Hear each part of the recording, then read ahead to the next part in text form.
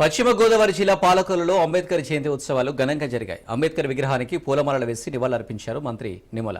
ఈ క్రమంలోనే పాలకొల్లులో అంబేద్కర్ విగ్రహ పనుల్లో మంత్రి పాల్గొన్నారు. స్లాబ్ సెంటరింగ్ కోసం ఇనుప ఊచలు కట్ చేసి చెక్కలు మోసి మేకులు కొట్టి కూలీలతో సమానంగా పనిచేశారు. నిచ్చెనతో పైకెక్కి సెంటరింగ్ చెక్కలను అమర్చి మేకులు కొట్టారు.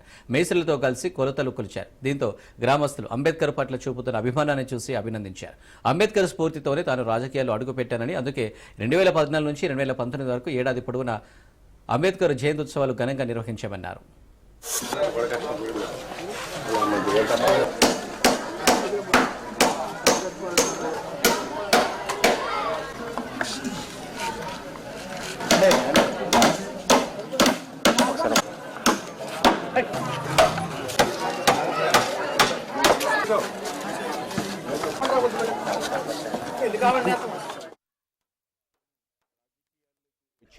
అదేవిధంగా నా తండ్రి పేరున ధర్మారావు ఫౌండేషన్ స్థాపించి సేవా కార్యక్రమాలు చేస్తున్నది డాక్టర్ బిఆర్ అంబేద్కర్ గారి సమ సమాజ స్థాపన ఏదైతే ఉందో దానికి అనుగుణంగా పని చేయాలనే ఉద్దేశం అని చెప్పి మీ అందరికీ తెలుసు. డాక్టర్ బిఆర్ అంబేద్కర్ గారి యొక్క ఆశయాలకు అనుగుణంగా ఆ రోజు 125వ జయంతోత్సవాలను మన పాలకొల్లు నియోజకవర్గంలో సంవత్సరం పొడవునా కూడా అత్యంత అద్భుతంగా ఘనంగా నిర్వహించారు. మరి ఈ యొక్క అంబేద్కర్ గారు, బాబు జగజ్జీవన్ రావు గారు, వీరి విగ్రహాలు ఏవైతే ఉన్నాయో, ఎందుకంటే ఒక ప్రపంచ మేధావులుగా మన భారత జాతి ముద్దు బిడ్డలుగా కొలుచుకునేటువంటి వీరి విగ్రహాలు ఎండకు మరి అదేవిధంగా వానకు అటువంటి ఇబ్బంది లేకుండా అటువంటి మహనీయుల్ని మనం స్మరించుకునేటువంటి సందర్భంలో ఇటువంటి పరిస్థితులు ఉండకూడదని చెప్పి మన పాలకొల్లు నియోజకవర్గంలో ఉన్నటువంటి ప్రతి అంబేద్కర్ అదేవిధంగా బాబు జగజ్జీవన్ రావు గారి విగ్రహాలకి స్లాబ్లు వేసి అత్యంత సుందరంగా భవిష్యత్తు భావితరాల వారికి వారి యొక్క స్ఫూర్తినిచ్చేటువంటి విధంగా నిర్మాణం చేయాలని సంకల్పించినటువంటి పరిస్థితి. పాలకొల్లు నియోజకవర్గంలో నేను చేసినటువంటి మొట్టమొదటి పని